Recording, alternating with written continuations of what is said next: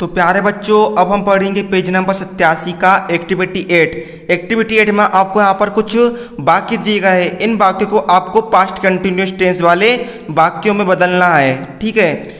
और यहाँ पर आपको कुछ वर्ब दी गई है, वर्ब को आपको सही करना है, ठीक है। पास्ट कंटिन्यूअस वाली वर्ब बनाकर लिखना है, खालिस्तान में भरना है। तो देखिए यहाँ पर आपको कुछ वाक्य दिए गए, इन वाक्यों को आपको पास्ट कंटिन्यूअस टेंस में बदलना है। तो देखिए किसी भी वाक्य को पास्ट कंटिन्यूअस टेंस में बदलने का नियम क्या होता है। देखिए नियम ये होता है कि सबसे पहले आपको सब्जेक्ट लिखिए। जैसे कि यहाँ पर मंकी है, ठीक है, यहाँ पे क्या है, मंकी है, बुक के मिस्टेक है, ठीक है, MONKEY, ठीक है, मंकी है, ठीक है।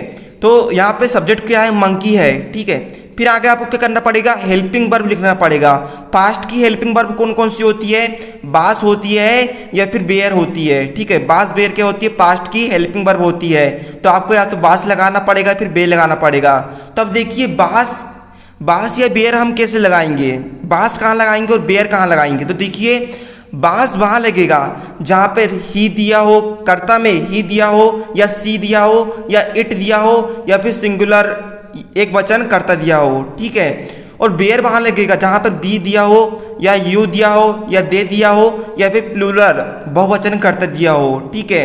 वहाँ पर क्या लग जाएगा, बे लग जाएगा। इसके आगे हमें क्या करना है, जो भी वर्ब दी है, जैसे यहाँ पर वर्ब क्या है, डांस है, डांस को हमें फर्स्ट फॉर्म में लिखना है। तो डांस का फर्स्ट फॉर्म क्या होता है, डांस ही होता है। फिर वर्ब के साथ आंज जोड़ देना। तो देखिए डांस में क्या जोड़ देंगे, हम आंज जोड़ देंगे। फिर आगे ऑब्जेक्ट जैसा का बेस लिख देंगे। इसमें ऑब्जेक्ट क्या है, इन से लेकर हैंड तक क्या है, ऑब्जेक्ट लिख देंगे, ठीक है।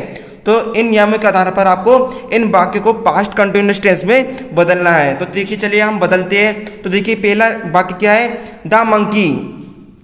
द मंकी क्या है, सब्जेक्ट है, तो सब्जेक्ट का सब्जेक्ट लिख दिए। फिर आगे हेल्पिंग वर्ब लगाना है, बास लिखना है, फिर बे लिखना है। तो देखिए बास कहाँ लगेगा, जहाँ पे ही हो, सी हो, इट हो या फिर नाम हो या फिर एक वचन करता हो। तो मंकी है, मंकी क्या है, कर्ता। कर्ता किसे कहते हैं, ठीक है, सब्जेक्ट को बोलते हैं कर्ता। लेकिन कर्ता किसे कहते हैं, कर्ता मतलब जो कर्म करता हो, सिंपल, ठीक है। तो सब्जेक्ट, ठीक है, यहाँ पे कर्ता क्या है, मंकी है, ठीक है। तो ये क्या कहलाएगा, सब्जेक्ट कहलाएगा। तो हमने मंकी लिखा है। अब यहाँ पे इसके आगे हमें भरना है हेल्पिंग वर्ब। हेल्पिंग वर्ब बनना है, बास बनना है, फिर बेर बनना है। तो देखिए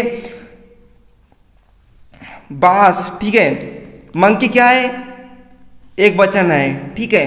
तो मंकी एक वचन है, तो एक वचन के आगे क्या आएगा, एक वचन के आगे आएगा बास आएगा। तो हमने मंकी के आगे क्या लिख दिए, बास लिख दिए।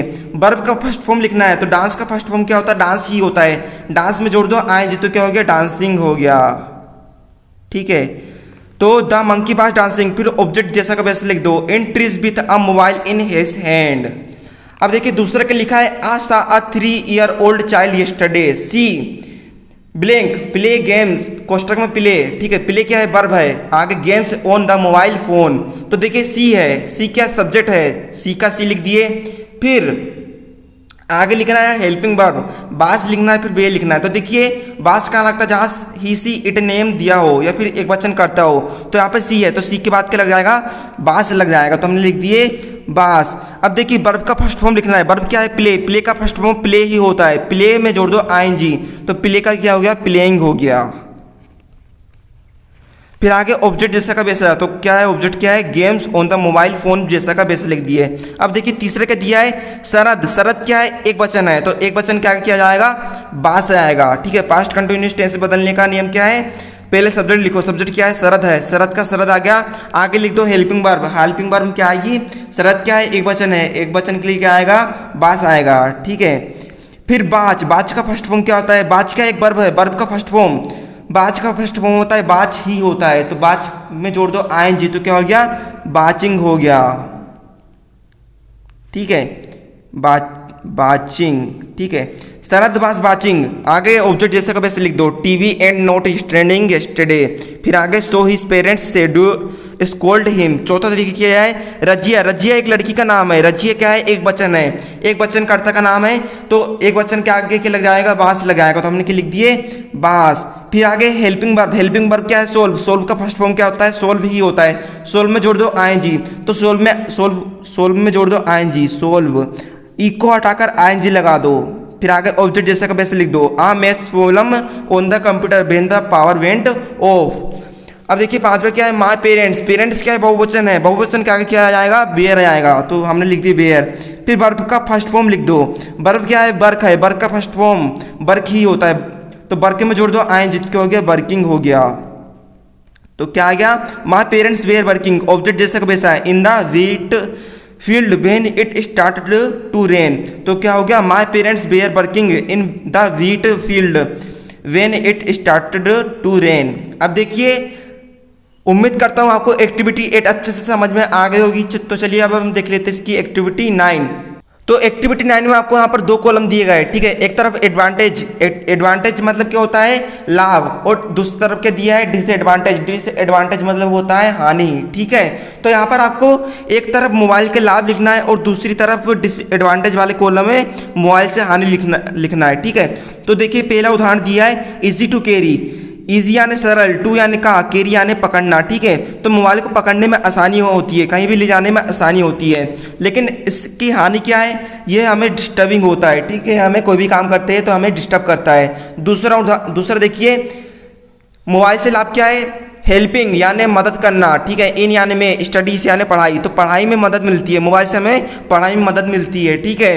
ये इसका लाभ है। इसकी हानि क्या है, हेल्थ प्रॉब्लम्स, मोबाइल से हमें स्वास्थ्य संबंधी समस्याएं हो सकती है, ठीक है। तीसरा देखिए मोबाइल से लाभ क्या है, कनेक्टिंग टू वर्ल्ड, कनेक्ट यानी जुड़ना, टू यानी का या फिर को, वर्ल्ड यानी दुनिया, ठीक है। दुनिया से जुड़ना, मोबाइल से हम दुनिया से जुड़ जाते हैं, कहीं भी न्यूज़ दे सकते हैं, कुछ भी कॉन्टेक्ट कर सकते हैं, कहीं भी फ़ोन लगा सकते हैं, ठीक है। तीसरा देखिए अब इससे हानि क्या है, सिक्योरिटी इशूज़, ठीक है। तो इससे क्या है, मोबाइल से सुरक्षा का खतरा बना रहता है, मोबाइल में सुरक्षा खतरा बना रहता है, कोई भी आपकी जानकारी हैक हो सकती है, खतरा बना रहता है, ठीक है। इस प्रकार आपको मोबाइल से लाभ और हानि लिखना है। लाभ लिखना है एडवांटेज वाले कॉलम में और हानि लिखना है डिसएडवांटेज वाले कॉलम में, ठीक है। आप चाहे तो और लिख दीजिए, यहाँ पर 5 कर दीजिए इसको, ठीक है। तो उम्मीद करता हूँ आपको एक्टिविटी 8 और एक्टिविटी 9 अच्छे से समझ में आ गई होगी। मिलते हैं अगले वीडियो में, तब तक के लिए जय हिंद जय भारत। अगले वीडियो से हम यूनिट 30 चालू कर देंगे, ठीक है। तो तब तक के लिए जय हिंद जय भारत।